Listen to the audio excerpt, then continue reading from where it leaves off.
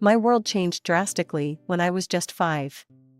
Dad had passed away from a sudden heart attack, and not long after, Mom decided to remarry. His name was George. He had a rough look and even a rougher way of talking, something that seemed to scare me right from the get-go. George brought not just his belongings into our little home, but his daughter, Liza, who was 2 years my senior and, as I'd soon find out, twice as mean. I remember the first time I met Liza. She had this smug smile plastered across her face, looking down at me as if I was some sort of bug she found amusing.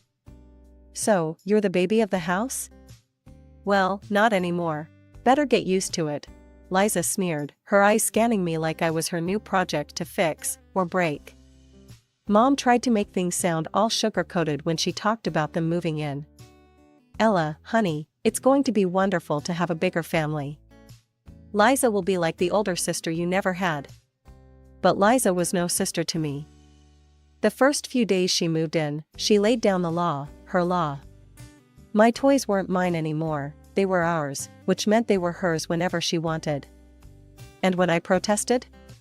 Well, let's just say George didn't like that at all.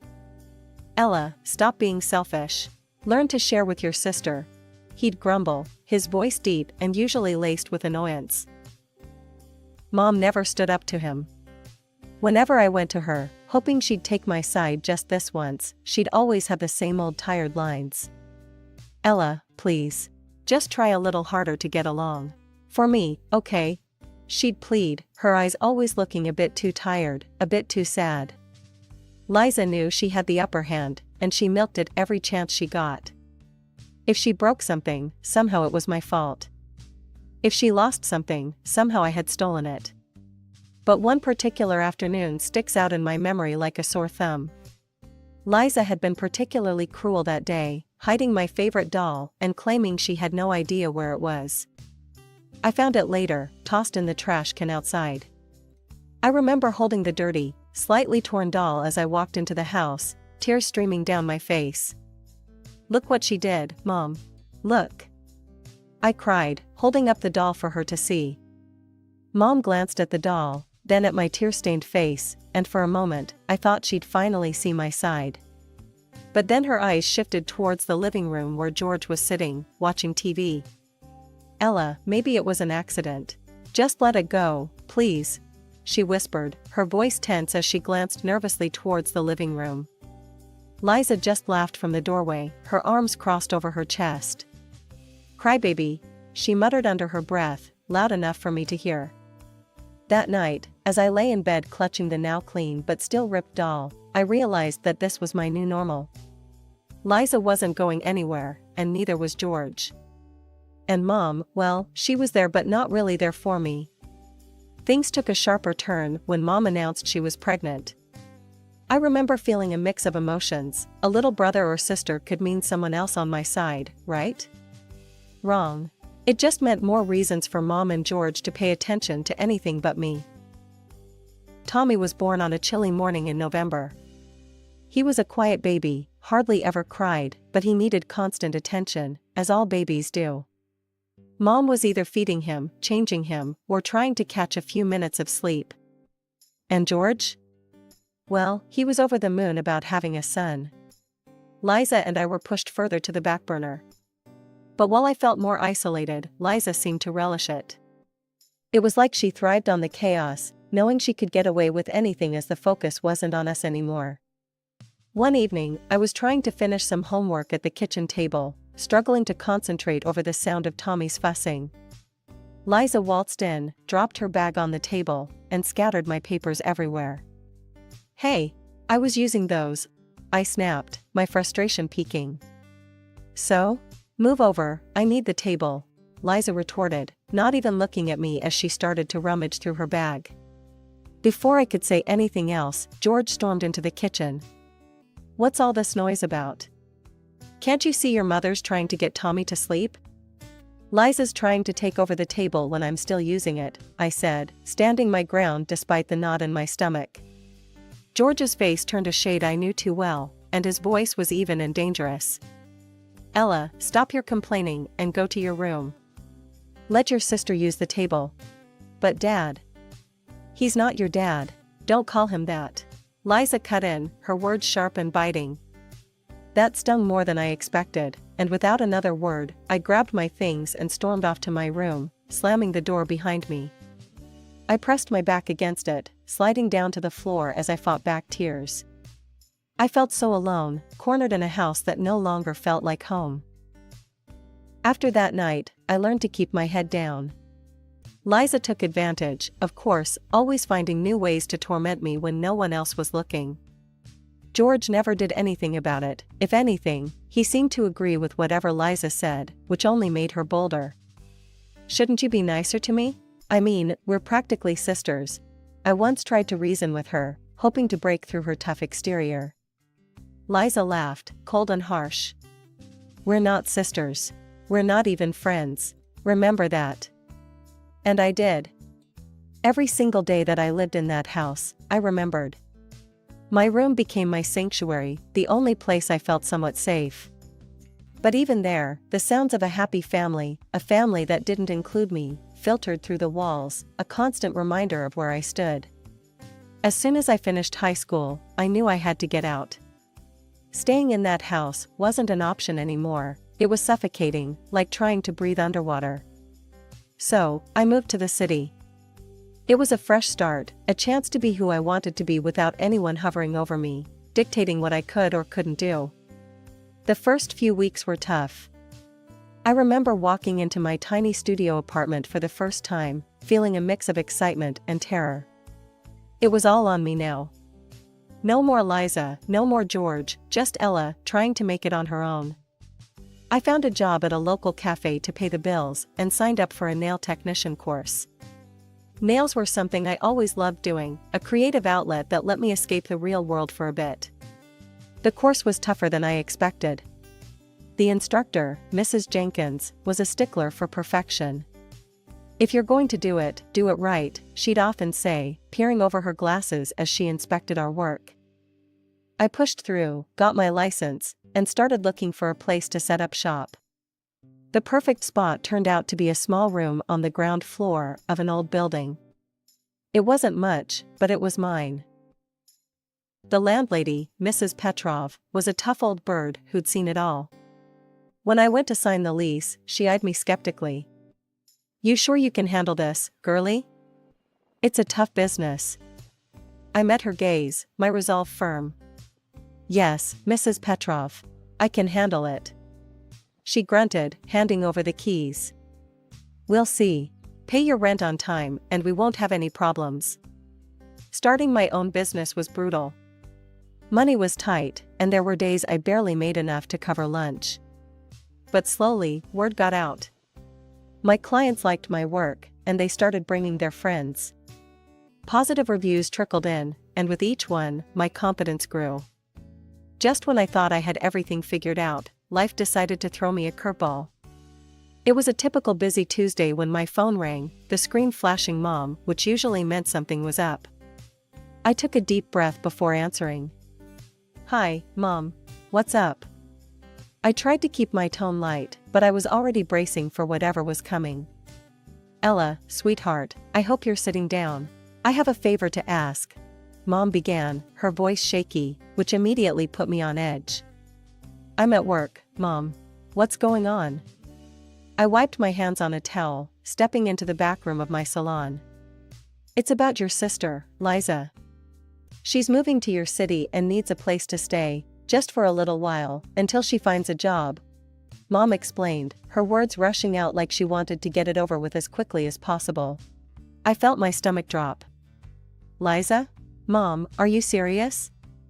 There was a heavy sigh from her end. I know it's a lot to ask, but she's trying to start over, Ella. She's changed, she really has."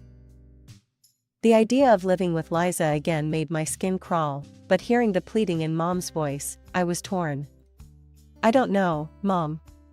Please, Ella. For me? It won't be for long, I promise." And just like that, I found myself agreeing to let Liza stay. "Fine, but just for a little while, okay?" "Thank you, darling. I'll let her know." The next day, Liza arrived at my doorstep with 2 suitcases and a smile that looked too sweet to be genuine. "Hey, Ella. Long time, no see, huh? Thanks for letting me crash here. I really appreciate it," she chirped, stepping inside before I could even respond. "Yeah, sure. Let's just make sure it's temporary, okay?" I said, eyeing her suitcases with suspicion. Liza laughed, a bit too loudly. "Of course.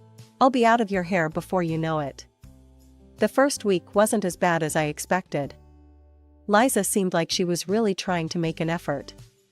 She cleaned up after herself, made small talk, and even offered to split groceries. "So, how's the job hunt going?" I asked one evening as we shared a surprisingly pleasant dinner. Good. I've got a couple of interviews lined up next week," Liza replied, sounding optimistic. "That's great. Just remember, you can't stay here forever," I reminded her, not wanting her to get too comfortable. Liza nodded, her expression serious. "I know, Ella. And thanks again. I know I wasn't the best sister back in the day, but I'm trying to make things right." I wanted to believe her, I really did. But there was always that nagging doubt in the back of my mind, remembering all the times she had deceived me before. As days turned into weeks, I noticed a shift in Liza's behavior. She started coming home late, missing her interviews, and hanging out with a questionable crowd. The old Liza was resurfacing. "Liza, we need to talk," I finally said one night after she stumbled in past midnight. "What's up?" Liza slurred slightly, clearly having had a few drinks. "This isn't working. You said you'd look for a job, but all you're doing is partying. You need to get it together or find somewhere else to live," I said firmly, my patience wearing thin. Liza rolled her eyes, her old defiance flashing. "Chill, Ella. I'll get a job. Just relax." But I couldn't relax. Not with her in my house, disrupting the peace I had worked so hard to build. Liza's promises of job hunting had quickly dissolved into late nights and shady new friends who seemed to pop in and out of my apartment like it was a downtown bar. My patience was wearing thin, and I was close to kicking her out when I met Alex at a friend's party. Alex was different from anyone I'd ever met. He was genuine and seemed genuinely interested in what I did for a living, unlike most guys who glossed over it once they heard nail technician. "So, you really run your own business? That's pretty impressive," Alex said as we sat tucked away in a quieter corner of the noisy living room. "Yeah, it's been a wild ride, but I love it. It's mine, you know?" I replied, feeling a spark of pride flicker within. We started seeing each other, and things were going great, except for one thing, Liza. She had taken an unsettling interest in Alex. At first, it was just lingering looks, but then she started making excuses to stick around whenever he came over.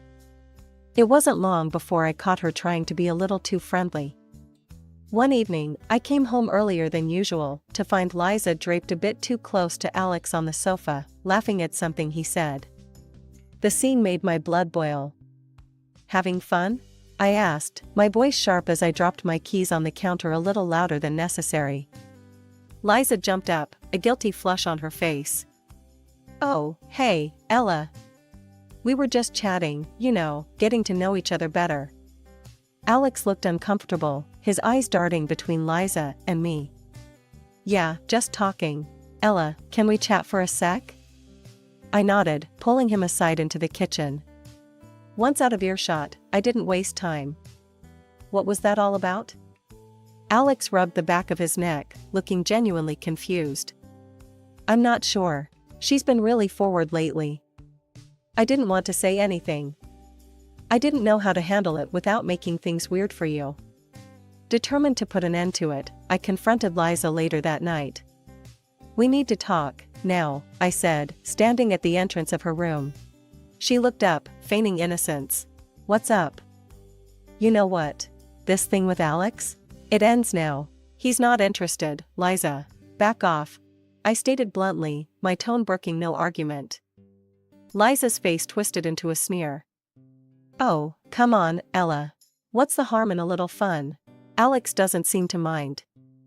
That was the last straw. I couldn't have her in my apartment any longer. Pack your stuff. You need to leave. First thing tomorrow, I said firmly. Liza looked stunned, finally realizing I was serious. You can't kick me out. Where will I go? That's not my problem. You should have thought of that before, I replied, feeling a mix of relief and sadness.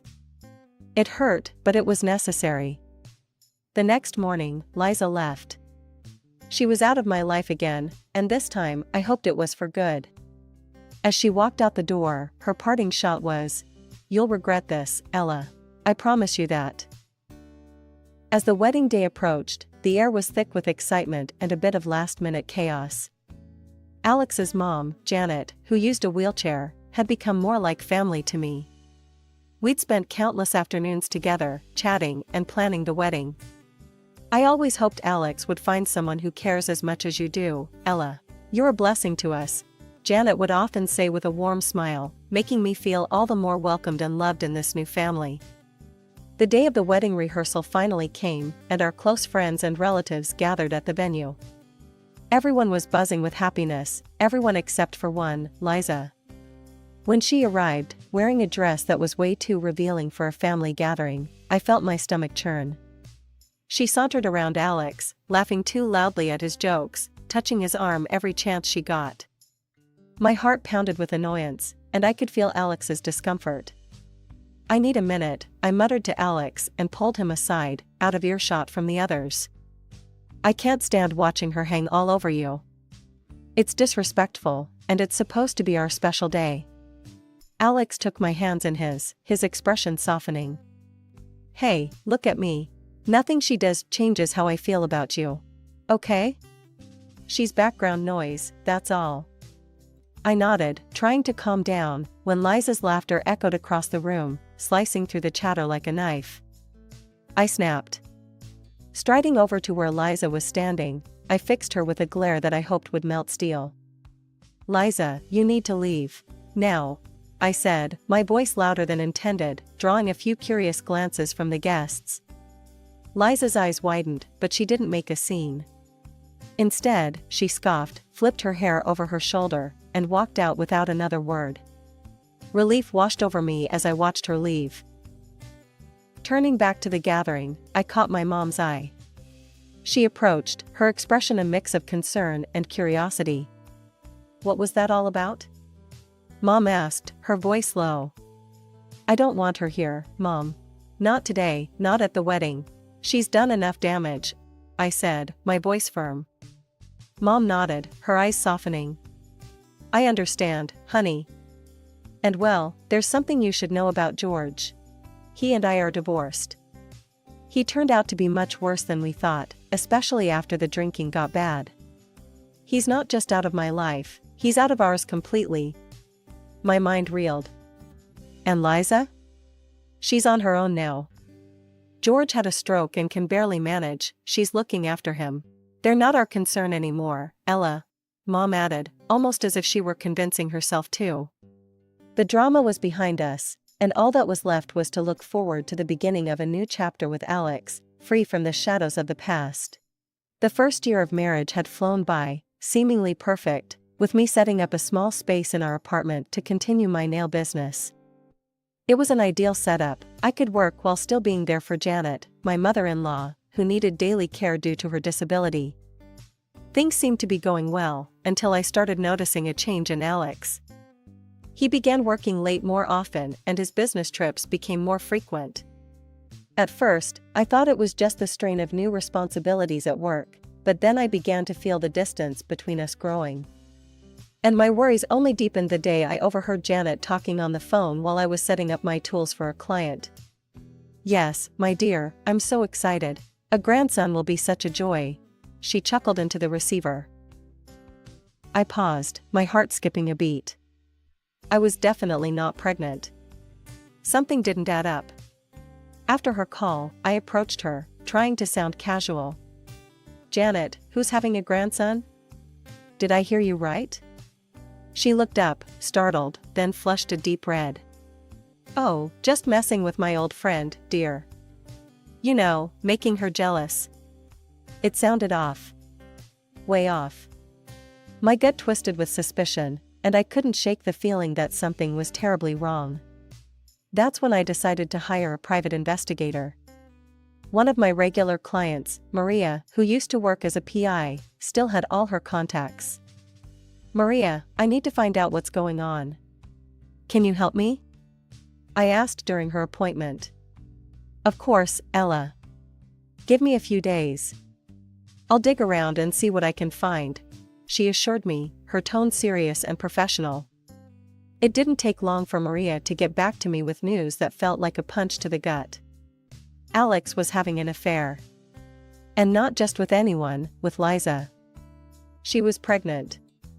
I felt a cold calm settle over me as I processed the betrayal. I didn't confront Alex. Instead, I waited, gathering my strength for what came next. The opportunity presented itself when Alex walked through the door with a set of divorce papers in his hand. "Ella, I'm sorry, but this just isn't working. I've met someone else," he said bluntly, his eyes not meeting mine. "Oh? And who might that be, Alex?" I asked, my voice steady despite the storm raging inside me. "It's Liza. She's expecting my child. She's exciting, Ella." You've just become too predictable, too dull," he admitted coldly. "Pack your stuff." I signed the papers then and there, handing them back to him with a smile that didn't reach my eyes. "Before I go, Alex, just one last thing." He looked at me, confused.